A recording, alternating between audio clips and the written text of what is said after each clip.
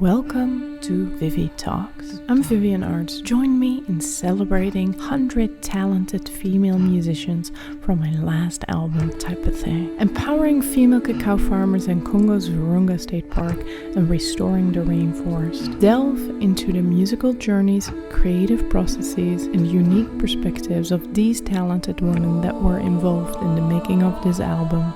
Today I'm talking to Australian LA-based Gabbi Coenen, a multi-instrumentalist, multi-genre singer-songwriter who also found her way into the film industry as a music supervisor. She explains the ins and outs of that side of the business as well, and how she manages what seems to be many careers at the same time.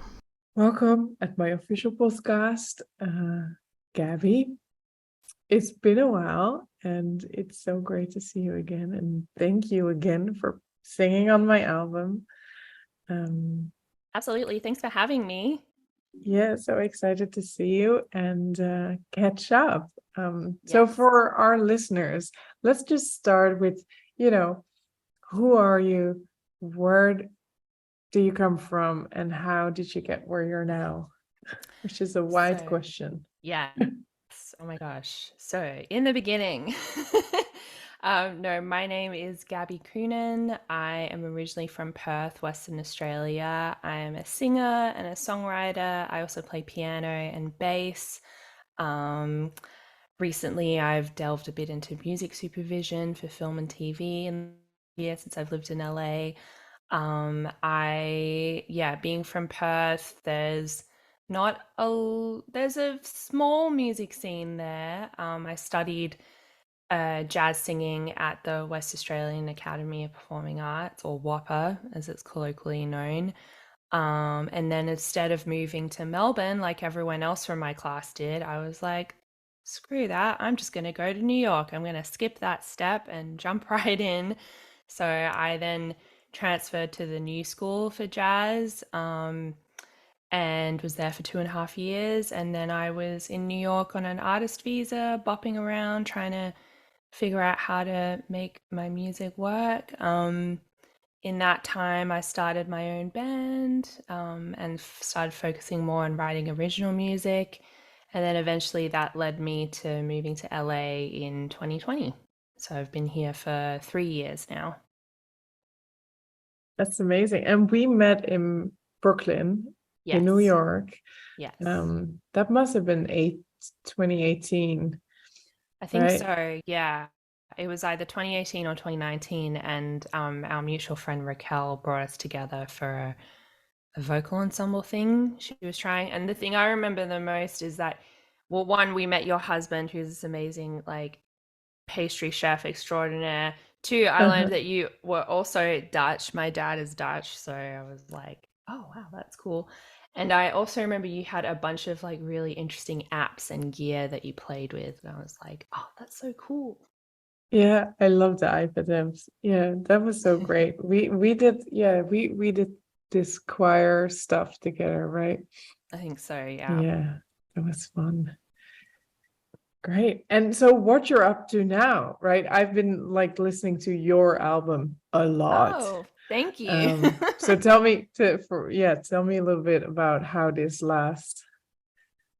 Yeah, so that I put out an EP in November of 2022, so last year. And yeah, that I actually recorded in the early days of the pandemic in 2020. My producer who I worked with on my last full-length album, we started working together in New York in 2016, and then he moved to LA during the recording of that album.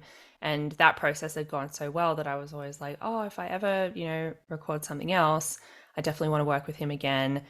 And I was like, I'll probably just go to LA to do it. And then I ended up moving, and my schedule was totally clear. His was totally clear. And he was like, do you want to just like start doing stuff now? And I was like, okay. So a lot of it was done remotely, and it was kind of like, I wanted to work on stuff, but I wasn't really like fully ready. So we started working on these songs that were like half finished, and then I Mm. had to go back to New York in the summer of 2020 to like pack up the rest of my apartment. And then the plan was when I came back to LA that we'd finish them. So of course, classic me, I leave it to like the night before the session to like finish all these songs because I just have to dwell on things for a long time and then just vomit it all out at the end. But yeah, so it was definitely a super different process from how I'd worked before, which was like very like everything was demoed out, everything had been played with a band prior to doing it this way, which was just reeling me and him. So it was kind of like, I don't know, a classic quarantine album in that way, in the sense that like you just sort of figure it out. Everyone's recording from home. We did a lot of stuff remotely, like sending ideas back and forth. And then yeah, the final versions were recorded in his studio in LA. But yeah, it was definitely a new way of doing things. And I think I had relied so much on other instrumentalists in the past that it was like a good push for me to like trust my own abilities. Like, oh, you can play those piano parts, you can play those synth parts. You've been playing this instrument since you were 4. Just like do it. So yeah, it was a really cool collaboration. It was just the two of us. We brought in a drummer to add drums, but aside from that, it was just me and him. And yeah, it took a little while to come out because I wanted to, do music videos and all that stuff. And then I found a label home for it at the beginning of 2022 after I put out a single called Black Moon on my own. They then found me, Spirit House Records. And then, yeah, it came out in November. That's so great. And so you're describing your creative process already a little bit. But I'd love to hear more about your approach to writing and composing. Yeah, so piano is like a big part of it for me. That's just the instrument I feel the most comfortable writing on, and I'm really more kind of like the thing that inspires me the most or gets my creativity flowing is like chords and harmonic progressions and things like that.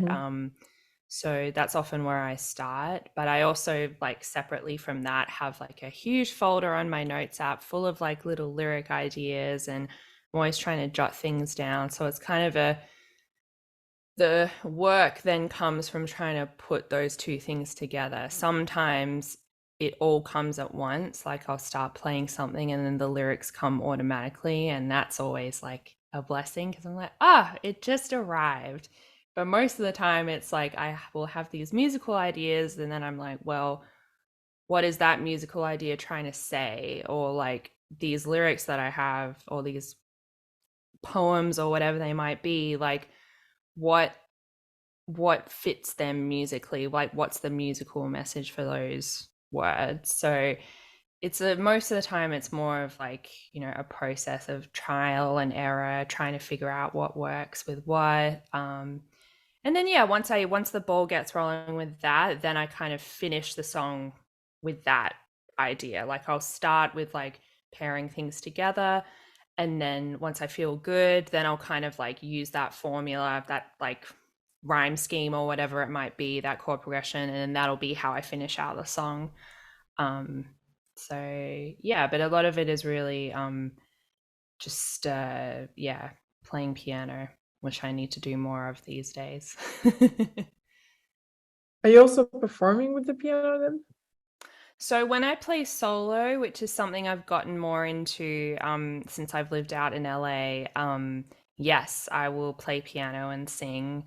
That was something I do over the pandemic, like with, everyone was live streaming and blah, blah, blah, and I didn't have anyone to play with me. So I was like, well, I guess I got to figure this out. So I just figured out how to play most of my songs on piano and kind of like reducing down the arrangements and stuff. And just trusting that the songs still work even in that setting. So yeah, when I play solo or duo, I'll play piano and sing, and then when I play with my full band, I play bass. Just because there's like so many synth parts that happen in my songs that I'm sort of like it's too many things at once. So at least with the bass, it's just like one instrument, and sometimes it can be tricky. Like rhythmically to like fit everything together, but I spent like the last show I played was my EP release in January with this project, and I spent a lot of time just like trying to figure out, like in the shed, like practicing singing and playing at the same time, and yeah, making sure that I felt totally comfortable and confident on those parts. So then I can, when I'm up there performing, I can worry more about like performing and like enjoying myself than being like, do I know how to play my own songs? Right. Yeah, well, I do feel it's different if you play bass and you sing, or you play piano and you sing, right? It's a different feeling. Yeah, for sure.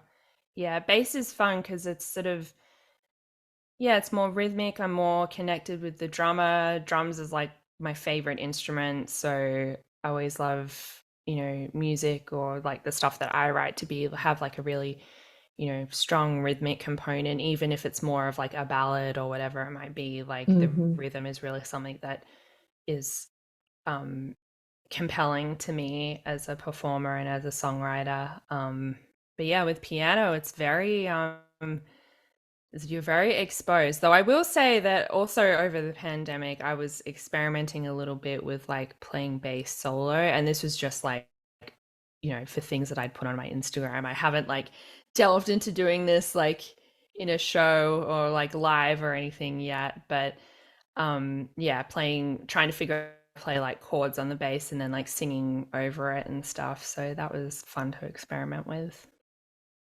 Yeah, that sounds really, really fun. Next question. Yes. Can you share a significant moment when your music had a profound impact on somebody's life? When my music had an impact on someone? I'm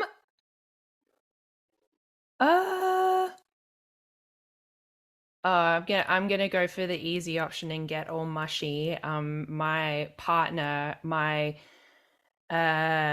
who we started, we got together last year around the time that my record was coming out. And we had been friends for a long time before then. And as the singles were dropping, he would, send me these big long reviews about like how he loved this and he loved that and all this stuff, and like, it was very, very sweet. And I remember when the EP came out, he did this whole like deep dive on every song and posted it on his Instagram, and I was just like, oh wow. And he always says like, your music, like I can't listen to your music very often because it just like hits me so hard. And like I think he related a lot to the lyrics as well, which is something I don't really it's not that I don't spend time on lyrics, I'm kind of like, I've always, and maybe it's coming from a jazz background because like our emphasis with jazz is a lot more on like the music. Lyrics are sort of, they're not an afterthought, but they're not something that I really think I'm particularly skilled at. So whenever someone tells me that my lyrics impact them, I'm always like, whoa, like that's amazing, because it's just,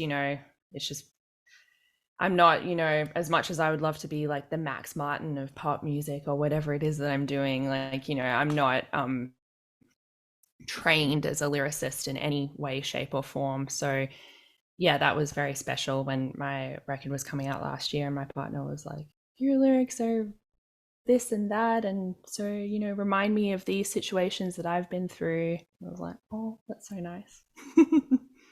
That's very sweet. And in a way, maybe your lyrics then just come very natural to you, that you don't really like put a lot of pressure on yourself for making it perfect because it's just there. Yeah, I think I really don't know. I think it's sometimes it just works. Sometimes the words just come together and it makes sense. And other times there's a little more work that gets involved. And I always prefer the easy way with lyrics. Yeah, awesome. So you moved from New York to LA. What's the biggest difference, or how do you describe the transition? Yeah, I mean, I moved to LA kind of like a weird time, which was like the beginning of COVID. So it was a little tricky, but the good thing was that a lot of people I knew from New York had already moved here. There was kind of this like Mm-hmm. slow exodus of people from the East Coast to the West Coast. So time stuff started opening up again, I felt like I had a little more of a community, or at least I could create a community more easily. The biggest worry I had with moving out here, and why I put it off for so long, was just that worry that I had, and that stereotype of like LA people being flaky, or like being so hard to make friends. So I definitely have been lucky that I haven't experienced that. And I think with the music scene, it's like there's definitely cliques and there are like little pockets, but almost everyone's been extremely very, very welcoming. And I sort of I'm not just part of like a songwriter community. I also do like choral singing, and then there's other styles that I'm involved in, and there's a lot of like hidden gems in the LA music scene. The jazz scene is not huge, but it is there, and the people are super talented and nice and everything. And yeah, I was surprised by how much was going on. And then there's also the connection to like film and TV and all that stuff. And I guess the industry in quotation marks side of music is very much based out here. So yeah, and then I mean, my experience in New York was really tied to my college experience there. Like I found it quite difficult to branch out from like my college scene after I graduated. And yeah, there's definitely like a songwriter scene in New York, but there's just, I think, so much more of it in LA. And the one comment I always got when I lived in New York and I was playing shows there, people would always be like, I feel like you do really well in LA. Like your stuff is kind of poppy and blah, blah, blah, blah, blah. And then I move here and people are like, oh yeah, your stuff is really experimental. It's so weird. And I'm like, oh my God, like a girl cannot win. but yeah, I think, there's pros and cons to every place you go. And I guess the internet kind of connects everyone regardless. Case in point with your project, because everyone's from everywhere. That's right. Yeah. Yeah. By now it doesn't really, I mean, I love New York still, really. But you go back and forth between New York and the Netherlands still, right? Yeah, we're in Europe quite a lot. That's awesome. Yeah. Have you been recently? I mean, your parents are not. Yeah, really. My dad is Dutch. I haven't been to Holland since 2018 actually. That was when I got my artist visa renewed. So I went to the embassy in Amsterdam to do that. That was the last time. But I've been to the UK a bunch, and because my brother lives in London, so I go there almost every year. But I'd love to spend more time in Europe. Yeah, best of both worlds, really. Awesome. So because this project that I created is with all these women, I do have a question about feminism, I would guess. It's not too serious, but here, this is it. Have you faced any stereotypes or biases as a female musician, or how do you challenge or overcome them? Yeah, I mean, there's like kind of like gross things that happen. God, I remember really early on playing a show in New York and having the sound guy record it, and then I listened back to the recording. I'd put like my little Zoom device on the soundboard and I listened back to it, and he said something really gross at the start of the recording, and I was like, you're disgusting. Like, so it's just like there's always a little bit of, I think nowadays that stuff is like way less prevalent, at least in my experience.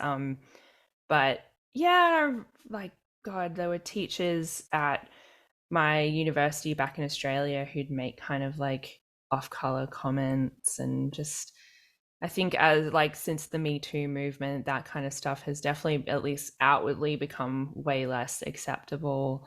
I think these days, I think there are so many women band leaders and, you know, female fronted artists, female artists in general, that I think it's a little, I feel like I'm not as aware of the stereotypes as I was earlier on. I used to, yeah, worry a lot about being a female band leader and not being taken seriously by, you know, like sound guys or even, you know, some of the players in my band. Like, I remember one time my old keys player said to me, he was like, you know, they're doing this to you because you're a girl and because they know you're not going to get mad at them. And I was like, damn, that's eye-opening. But yeah, I think as I've gotten older, I've definitely become a lot less tolerant of BS from people that I work with. But yeah, I think yeah, as time's gone on, it's gotten easier. And there's also, Yeah. you know, having a community of female musicians and female artists to, you know, talk with, and, you know, there's a like, if some stuff goes down, it does not stay hidden for long. Like it will spread and people will know, and they'll know not to work with a certain person, or like, yeah, so people need to remember that if they want to, you know, F around, they better be ready to find out when the time comes. So yeah, I think it's really important to have like community, especially as women. Yeah, I feel that too. Whenever, yeah, I see, yeah, yeah. It happens on Facebook sometimes that you see this whole thread of people, oh, you were in touch with this one, right? And then everybody shares their story, and Yeah, it's really important that we can talk about these things and address and not tolerate any of that bullshit anymore. absolutely. Yeah, and just have that community, be ready, and then promote each other too. I think that's so important. Yeah. And there might be hidden biases, and maybe it depends also what different, you know, what field. In jazz it might be worse than in pop. Yeah. There's different ways that Well, it's it's interesting not because equal. yeah, I remember hearing like in jazz school, like some of the teachers would say to the instrumentalists, they would, you know, because there's always a stereotype that like the girls are the singers and the guys are the instrumentalists. So speaking purely from that angle, the teachers would be like, you know, you guys got to make sure you stay on the good side of the singers because they're the ones who are going to get you the gigs. And even more so in like the pop world, like, you know, there's one thing I will say about the difference between instrumentalists in, you know, if we were to paint it with a totally broad brush, like New York versus LA or like jazz versus pop, is that for the most part, the instrumentalists like tread very carefully because they know if they mess around, like they're not going to get called for that gig, and that gig could potentially be like a huge world tour or something. So yeah, it's important to remember. But I mean, I honestly, that was kind of like what pushed me away from, because I played bass in high school. That was like my main instrument, and that was what I thought I wanted to do and did want to do, was like be a bass player. And what pushed me away was, you know, these, you know, jerk boys who like bullied me while I was at jazz band practice because, you know, they didn't like the fact that I was a girl and I was, you know, getting offered opportunities, and they were just so mean. And it just like, it really kind of like shoved me away from it. And, you know, I was doing singing at the same time. So, you know, that's what I went to university for in the end. But it definitely, yeah, it impacted me from a young age. And then as I got older, I was like, you know what? They're just dumb boys and they're stuck in Perth still. And, you know, I'm here doing my thing. So I can play bass too. And so you I are. definitely, Yeah. yeah, exactly. And it's like, I definitely, yeah, have had that experience as a young person, like, or as a teenager, like, just being stereotyped because I was a girl. Like literally that was the only reason why they picked on me, was because I was a girl. So yeah, that's a somewhat buried memory that I've revived for this.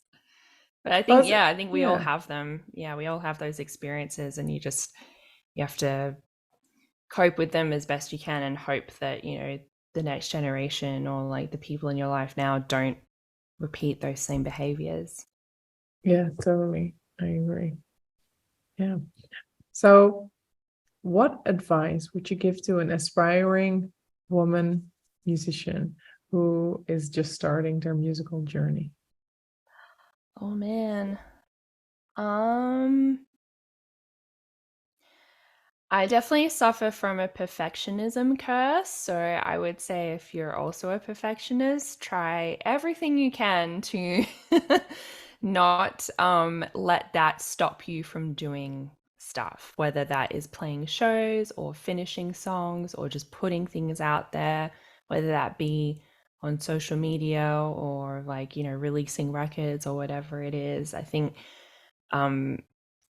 people won't know what you're doing until they know who you are and know that you exist. So putting yourself out there in some way, shape, or form is important. I tiptoed around that stuff for a very long time. And the older I've gotten, the more I've just been like, I don't care. I'm just going to put out what I want. I think, yeah, being an active member of your community is really important. Finding other female instrumentalists or musicians or songwriters that you can like play shows with or hang with or whatever is really important. I, you know, when I've put together lineups for shows, like I've always tried to highlight other female artists and like have it be like an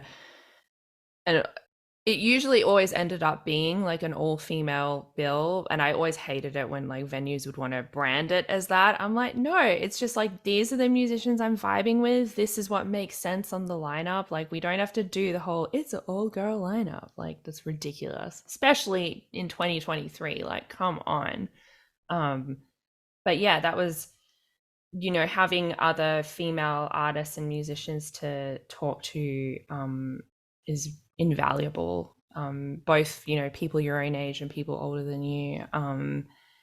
And yeah, I think just don't, yeah, really my advice is don't be afraid to put yourself out there, even if it's not perfect in the beginning, because the amazing thing about, you know, you'll go back 10 years and listen to what you were doing like a decade ago, and I do that now and I'm like, oh my gosh, like there was something like kind of special there. Like even though at the time or maybe a year after doing it I would like cringe and be like, oh god, I hate it. I'm glad that I did it, because all those experiences and all those, you know, bodies of work that I put out have now led to what I'm doing now. So it's all important. All the work is important because it all builds on itself to, you know, create your unique artistic expression. Right. Yeah. And how do you navigate the work-life balance as a musician? Not very well. I think, I mean, my entire life is music. My day jobs are also in music. Like I teach, and like with music supervision, that's also, you know, somewhat, well, it is music related, but for a different, you know, purpose, I guess. But yeah, I think what I struggle with is, you know, music, because it is like my life and my career. It's very wrapped up in my identity. So if I have like a failure or like something doesn't go well, it can hit very hard. So I really try to kind of, you know, separate those things and be like, okay, that I didn't get that thing or that opportunity or that didn't go as well as I wanted, but I've got all these other things that I can focus my energy on. I think that's why I sort of do a bunch of different things instead of just focusing on one thing, because if I just had that one thing, it would be like the be all end all. So, you know, that's why I have my teaching and the film stuff I do, the choral stuff, my own music, my co-writing projects. Like it's all there to, you know, sustain me when another thing, like, you know, is lacking in some way. But I think a lot of creative people struggle with, you know, just not having a balance because it just consumes your whole life. So yeah, if anyone knows the answer, please tell me. Well, that is a journey, obviously. Yeah. I do love to hear more about your music supervisor things that you have going on, because you said that that was relatively new in your journey. So how does that work, or what's?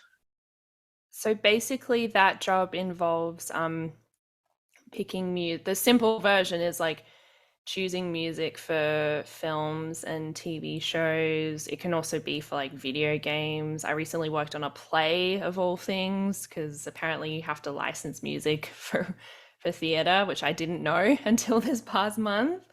But yeah, that is something that I've always been interested in. I've always loved film scores and like movie soundtracks, TV soundtracks, and always been like, that would be a really cool job to have.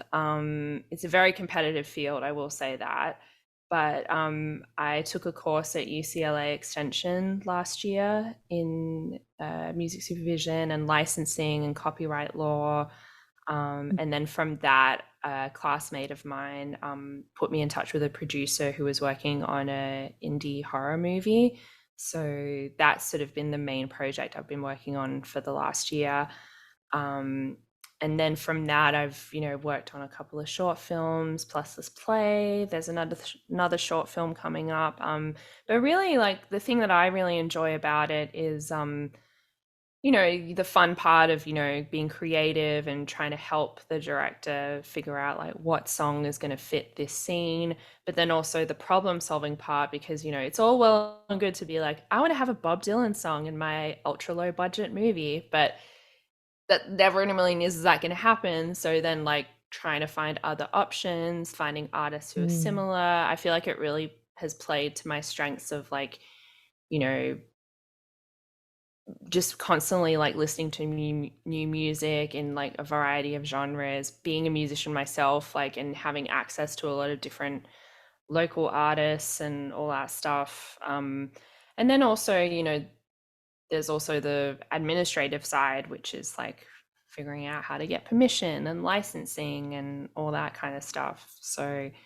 it's a lot of different things in one. I think some people think that it's just like making playlists and like, oh, if I'm good at making playlists, then I'll be good at doing this for like a feature film. It's like, yes, probably, but also knowing like publishing and copyright and all the things that I think musicians like we should know, but a lot of us don't know because the music industry is so opaque with that stuff. It's very difficult to get a straight answer on a lot of things. So I feel like doing this job has kind of like informed my own career, and I've been able to help like friends of mine like figure out their back end stuff and all that. Just having like a more solid understanding of how like royalties and copyright and publishing and all that stuff works.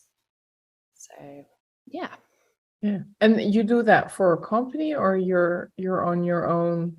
Right now I'm freelance. I'd love to be with a company someday, but I kind of got thrown into it with that first film, and then like I've just gotten other opportunities through that. There are a lot of people out here who work with companies, but there's also a lot of freelancers too. So I'm just kind of going to see where it all takes me.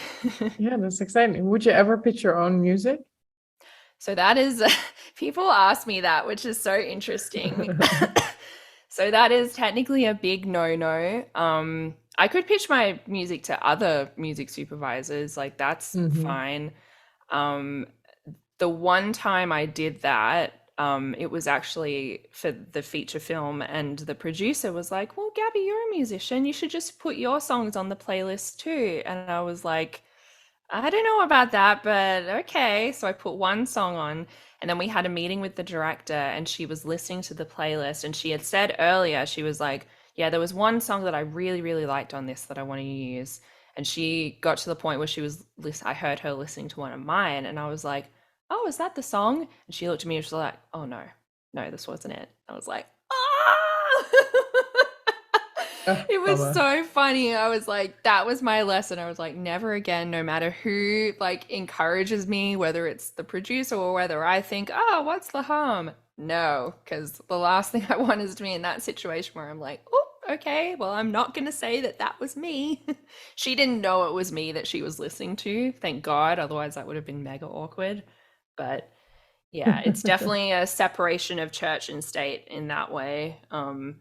Yeah, what I pitch for music supervision projects is very much like, tailored to what the director wants. There's like so many like parameters that go into it, from like style or era or like, budget obviously is a huge one to consider, because, a major label artist is going to ask for way more than someone who's like independent or self-published or whatever.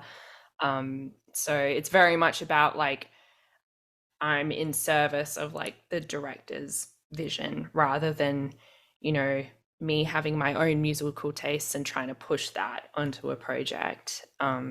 So yeah. Yeah, that's very cool. Yeah, I took this course with Ari's Take. They Yeah, do these, yes. so I got an intro in it. Oh, nice. Yeah, I did one of his digital marketing courses. That was really helpful. Yeah, it is. Yeah. Yeah, he knows I his still stuff. have I mean, all these things take a lot of time, so you Yeah. have to choose your battles. Mhm. Yeah. But yeah, no, I'm interested in at some point maybe my music could be in some film. Oh yeah, for sure. I mean, my advice to anyone who's listening who's like curious about that is like getting a sync agent who can pitch your music is really helpful. I got mine through a label I was signed to previously, and she's been rapping my music since then. But there's a ton of them out there. There's so many music libraries, and yeah, whether it's like more, commercial or more niche, like whatever your sound is, like I think there's a home for it. So, and then also like knowing music supervisors personally is also helpful because most of what I do when I'm in a pinch is I just text my friends or I post on Instagram. I'm like, I need something that sounds like this. Who has it? And then people will send me stuff. So it definitely makes the job easier when you have a bunch of musicians you can just reach out to and be like, what do you got? Right. Yeah. Well, it's also, it must be fun to pitch all your friends too, right? Oh yeah. Yeah. With the play that I worked on, that was a very, very last minute project. And yeah, it was all the music that was in there was from artist friends of mine. Actually, Adi Meyerson, who's on the album, right?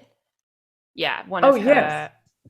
I think it was like a demo of hers that she sent me for something else that Mhm. ended up being used in the play.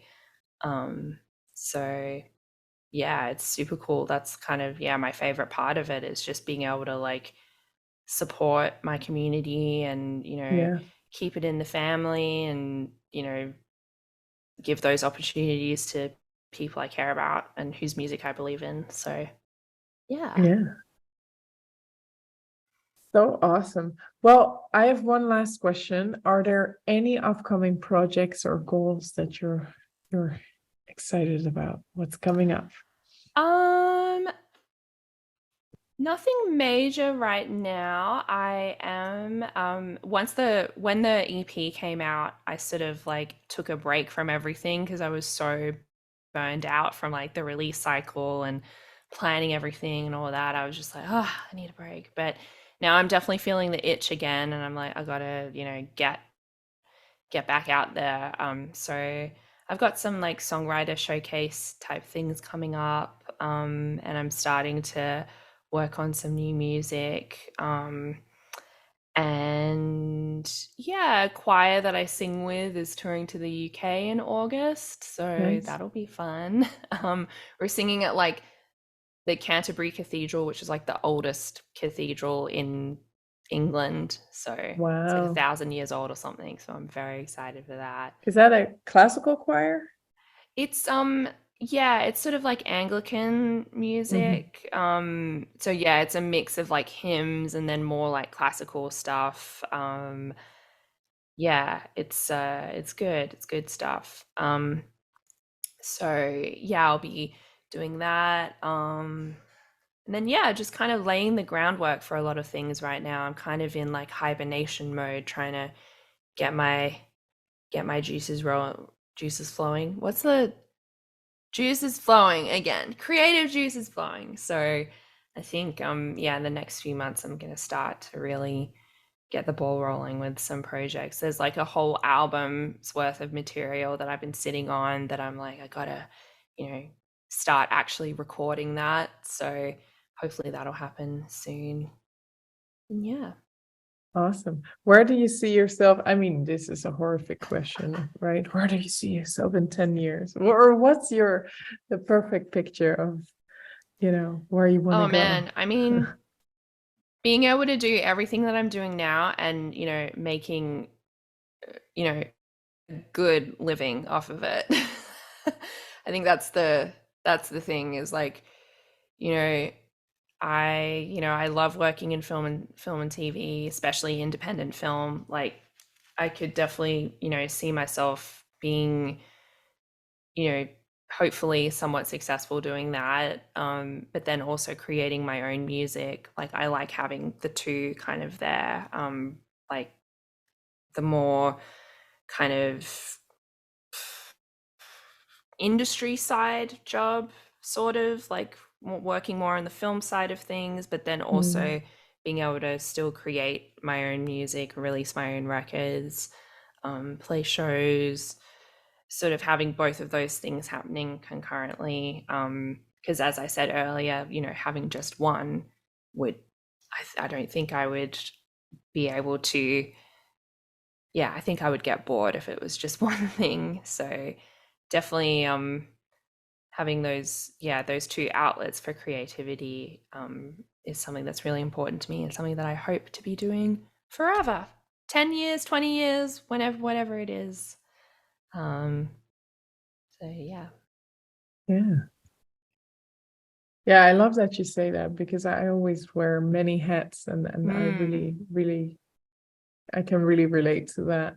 Yeah. Doing multiple things is really just fun. Yeah.